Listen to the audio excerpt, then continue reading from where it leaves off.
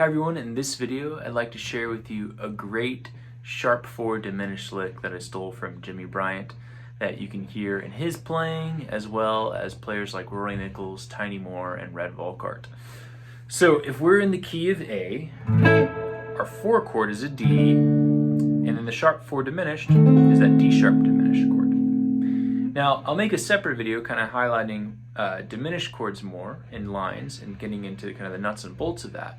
But for now, all we need to think about in terms of making a diminished chord is taking whatever the original chord was, so in this case a D, making it a 7th chord, a flat 7th, so we'll have D7, and then raising the 1 to make it sharped.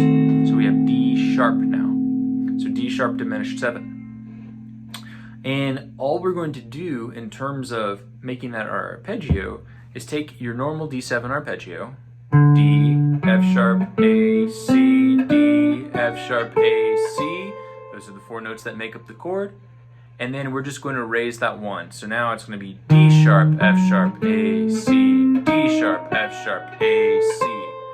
And we can see how all of these fit right into resolving into the A chord. So I think D sharp goes up to E, F sharp can stay the same like as an A6 chord. A can stay the same, C can go up to C sharp, right? D sharp goes up to E, F sharp can stay the same, A can stay the same, C sharp can go up to, C can go up to C sharp. Okay, so that's the basic idea. Just practice your D7 arpeggio, and then practice your D sharp diminished. Okay? And then just work that back into your 1 chord. So, if I'm going to play a cool lick, it will be like this.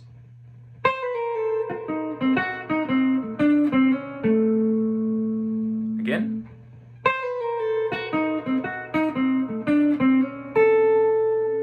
So, the cool lick that I love using all over the place is really just based off of going down the diminished arpeggio in groups of 4.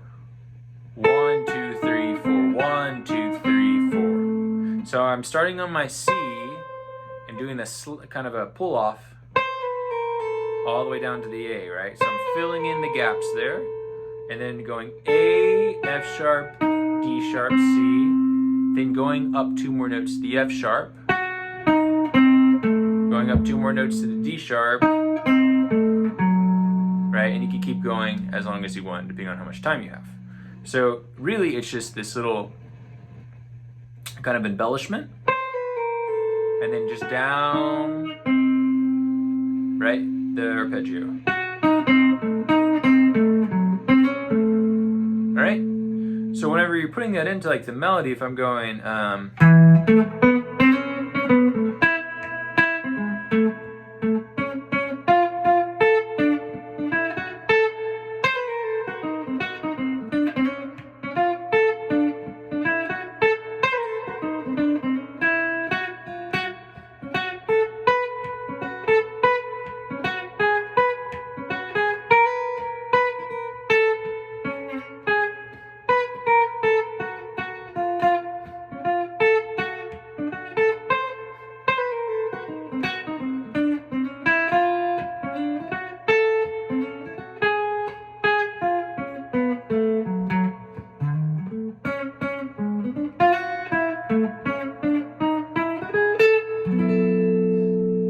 so hopefully you've heard a few places where that was used, and then stay tuned because we're going to keep talking about the diminished arpeggio and 1 or 2 other little things that we can do to tweak it so that we can expand it and use it all over our playing.